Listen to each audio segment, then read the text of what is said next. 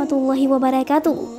Sahabat Kepoin Islam yang beriman, pada masa sahabat terjadi peristiwa Panglima Romawi yang bertobat dan masuk ke dalam Islam. Lantas bagaimanakah kisahnya? Simak hanya di sini. Sebelum lanjut, jangan lupa like, komen, dan subscribe, dan aktifkan lonceng notifikasinya untuk mendapatkan info dan video terbaru dari channel YouTube Kepoin Islam. Alam kegemparan terjadinya peperangan Yarmouk. Salah seorang panglima Romawi yang bernama George memanggil Khalid bin Walid. Kedua orang panglima itu saling mendekat sampai kedua kepala kuda mereka saling bertemu. Kepada Khalid, George bertanya, "Wahai Khalid, aku meminta kamu berbicara dengan jujur dan jangan berdusta sedikit pun.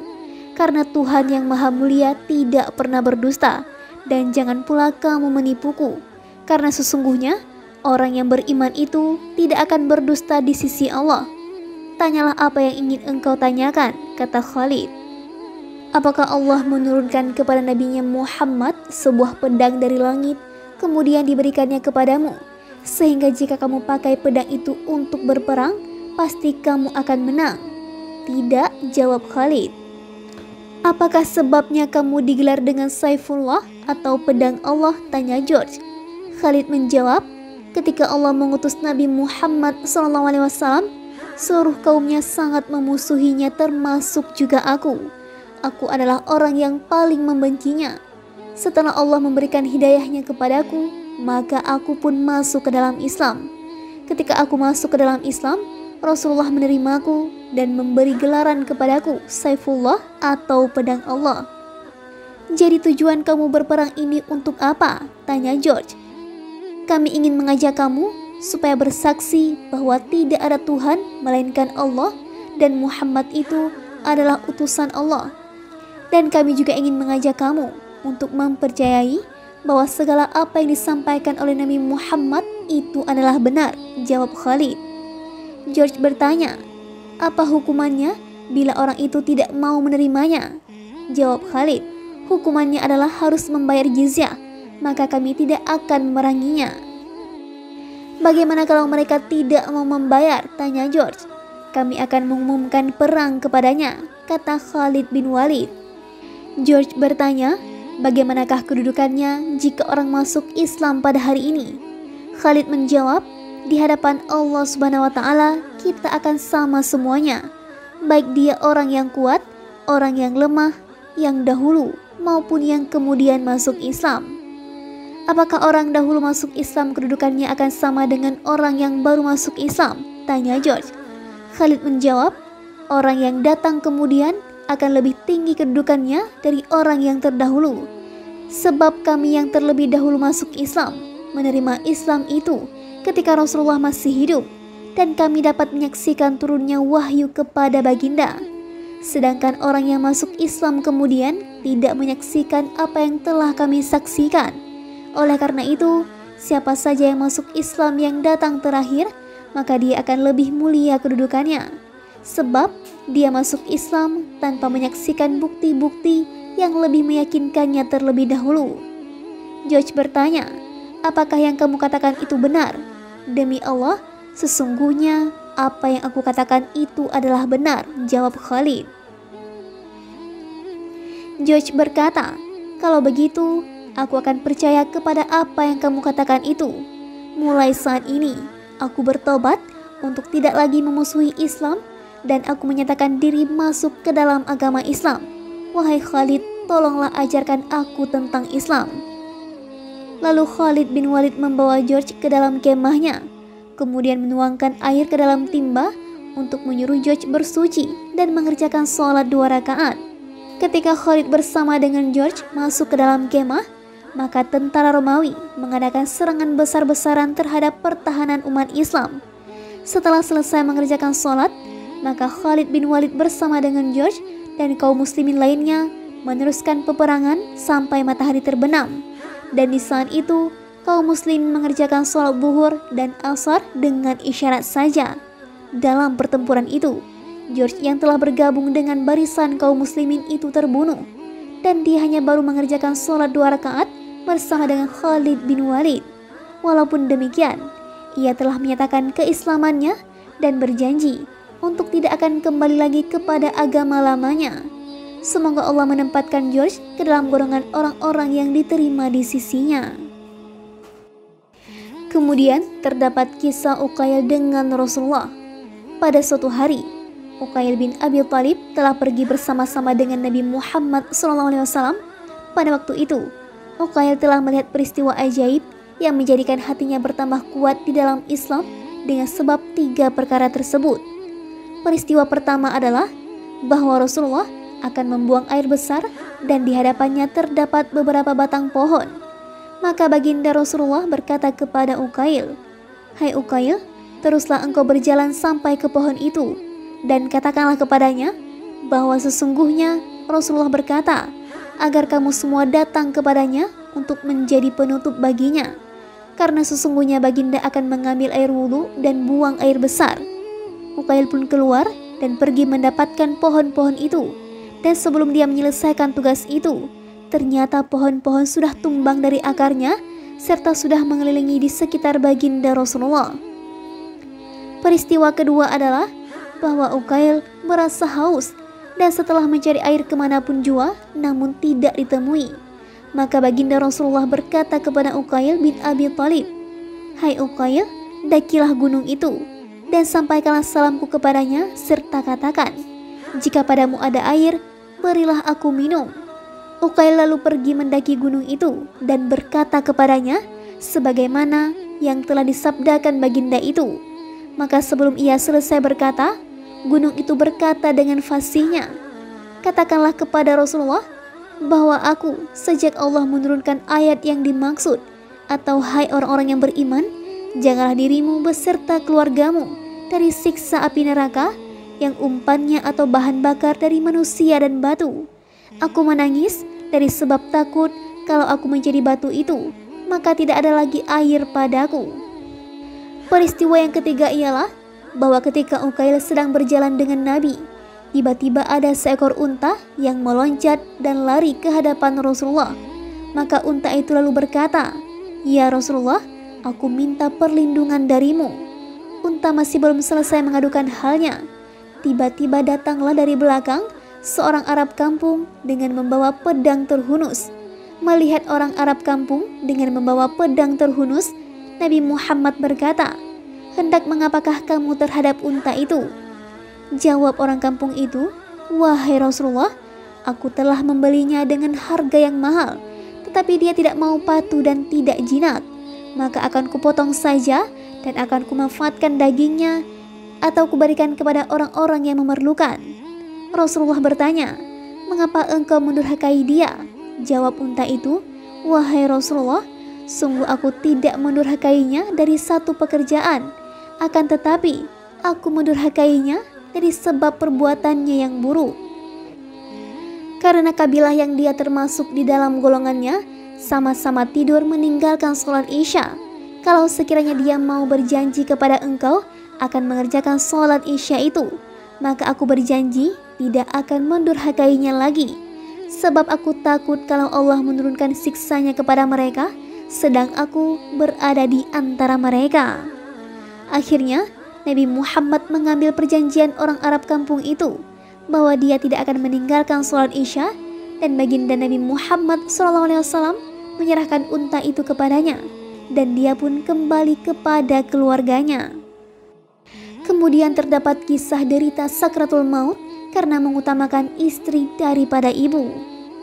Di zaman Rasulullah ada seorang pemuda yang bernama Alqamah. Ia sangat rajin beribadah. Suatu hari ia tiba-tiba jatuh sakit yang sangat kuat. Maka istrinya menyuruh orang memanggil Rasulullah dan mengatakan suaminya sakit kuat dan dalam sakaratul maut. Ketika berita ini sampai kepada Rasulullah, maka Rasulullah menyuruh Bilal, Ali, Salamam, dan Ammar supaya pergi melihat keadaan Alqamah. Ketika mereka sampai ke rumah Alqamah, mereka terus mendapatkan Alqamah sambil membantunya membacakan kalimah la ilaha illallah, tetapi lidah Alqamah tidak dapat menyebutnya. Ketika para sahabat mendapati bahwa Alqamah pasti akan mati, maka mereka menyuruh Bilal supaya memberitahu Rasulullah tentang keadaan Alqamah. Ketika Bilal sampai di rumah Rasulullah, maka Bilal menceritakan segala hal yang berlaku kepada Alqamah. Lalu Rasulullah bertanya kepada Bilal, "Wahai Bilal, apakah ayah Alqamah masih hidup?" "Tidak," jawab Bilal, "ayahnya sudah meninggal, tetapi ibunya masih hidup dan sangat tua usianya." Kemudian Rasulullah berkata kepada Bilal, "Pergilah kamu kepada ibunya dan sampaikan salamku, dan katakan kepadanya, kalau dia dapat berjalan, suruh dia datang berjumpaku. Kalau dia tidak dapat berjalan, katakan aku akan ke rumahnya." Maka ketika Bilal sampai ke rumah ibu Alqamah, lalu ia berkata seperti yang Rasulullah kata kepadanya. Maka berkata ibu Alqamah, "Aku lebih patut pergi berjumpa Rasulullah." Lalu ibu Alqamah mengangkat tongkat dan terus berjalan menuju ke rumah Rasulullah. Maka bertanya Nabi Muhammad SAW kepada ibu Alqamah, "Terangkan kepadaku perkara yang sebenar tentang Alqamah. Jika kamu berdusta, niscaya akan turun wahyu kepadaku." Berkata Nabi lagi, "Bagaimana keadaan Alqamah?" Jawab ibunya, "Ia sangat rajin beribadah, ia sembahyang, berpuasa, dan sangat suka bersedekah sebanyak-banyaknya, sehingga tidak diketahui banyaknya." Bertanya Rasulullah, "Bagaimana hubungan kamu dengan dia?" Jawab ibunya, "Aku murka kepadanya." Lalu Rasulullah bertanya, "Mengapa?" Jawab ibunya, "Karena ia mengutamakan istrinya dari aku, dan menurut kata-kata istrinya sehingga ia menentangku." Maka berkata Rasulullah, "Murka kamu itulah yang telah mengunci lidahnya dari mengucap la ilaha illallah." Kemudian Nabi menyuruh Bilal mencari kayu api untuk membakar Alqamah. Ketika ibu Alqamah mendengar perintah Rasulullah, lalu ia bertanya, "Wahai Rasulullah, kamu hendak membakar putraku di depan mataku. Bagaimana hatiku dapat menerimanya?" Kemudian berkata Nabi SAW, "Wahai ibu Alqamah, siksa Allah itu lebih berat dan kekal. Oleh itu, jika kamu mau Allah mengampunkan dosa anakmu itu, maka hendaklah kamu mengampuninya. Demi Allah yang jiwaku di tangannya, tidak akan guna sembahyangnya, sedekahnya, selagi kamu murka kepadanya." Maka berkata ibu Alqamah sambil mengangkat kedua tangannya, "Ya Rasulullah, aku persaksikan kepada Allah di langit dan kau ya Rasulullah, dan mereka-mereka yang hadir di sini, bahwa aku ridha pada anakku Alqamah." Maka Rasulullah mengarahkan Bilal pergi melihat Alqamah sambil berkata, "Pergilah kamu wahai Bilal, lihat apakah Alqamah dapat mengucapkan la ilaha illallah atau tidak." Berkata Rasulullah lagi kepada Bilal, "Aku khawatir jika ibu Alqamah mengucapkan itu semata-mata karena aku dan bukan dari hatinya." Maka ketika Bilal sampai di rumah Alqamah, tiba-tiba terdengar suara Alqamah menyebut la ilaha illallah. Lalu Bilal masuk sambil berkata, "Wahai semua orang yang berada di sini, ketahuilah sesungguhnya murka ibunya telah menghalangi Alqamah dari dapat mengucapkan kalimat la ilaha illallah. Karena ridha ibunya lah, maka Alqamah dapat menyebut kalimat syahadat. Maka matilah Alqamah pada waktu setelah dia mengucap." Maka Rasulullah pun sampai di rumah Alqamah sambil berkata, "Segeralah mandi dan kafankan," lalu disembahyangkan oleh Nabi SAW, dan sesudah dikuburkan, maka berkata Nabi sambil berdiri dekat kubur, "Hai sahabat Muhajirin dan Ansar, barang siapa yang mengutamakan istrinya daripada ibunya, maka dia adalah orang yang dilaknat oleh Allah Subhanahu wa Ta'ala, dan tidak diterimanya daripada ibadah fardu dan sunnahnya." Kemudian kita akan membahas kisah dengan tema andai kata lebih panjang lagi. Seperti yang telah biasa dilakukannya, ketika salah satu sahabatnya meninggal dunia, Rasulullah mengantar jenazahnya sampai ke kuburan, dan pada saat pulangnya disempatkannya singgah untuk menghibur dan menenangkan keluarga almarhum supaya tetap bersabar dan tawakal menerima musibah itu. Kemudian Rasulullah berkata, "Tidakkah almarhum mengucapkan wasiat sebelum wafatnya?" Istrinya menjawab, "Saya mendengar dia mengatakan sesuatu di antara dengkur nafasnya yang tersenggal-senggal menjelang ajal. Apa yang dikatakannya?" "Saya tidak tahu ya Rasulullah. Apakah ucapannya itu sekadar rintihan sebelum mati, ataukah pekikan pedih karena dahsyatnya sakaratul maut? Cuma ucapannya memang sulit dipahami lantaran merupakan kalimat yang terpotong-potong. "Bagaimana bunyinya?" desak Rasulullah. Istri yang setia itu menjawab, "Suami saya mengatakan, andai kata lebih panjang lagi, andai kata yang masih baru, andai kata semuanya." Hanya itulah yang tertangkap sehingga kami bingung dibuatnya. Apakah perkataan-perkataan itu igauan dalam keadaan tidak sadar, ataukah pesan-pesan yang tidak selesai? Rasulullah tersenyum. "Sungguh yang diucapkan suamimu itu tidak keliru," ujarnya. Kisahnya begini, pada suatu hari, ia sedang bergegas akan ke masjid untuk melaksanakan sholat Jumat. Di tengah jalan, ia berjumpa dengan orang buta yang bertujuan sama. Si buta itu tersaruk-saruk karena tidak ada yang menuntut. Maka suamimu yang membimbingnya hingga tiba di masjid. Tatkala hendak menghembuskan nafas penghabisan, ia menyaksikan pahala amal solehnya itu. Lalu ia pun berkata, "Andai lebih panjang lagi."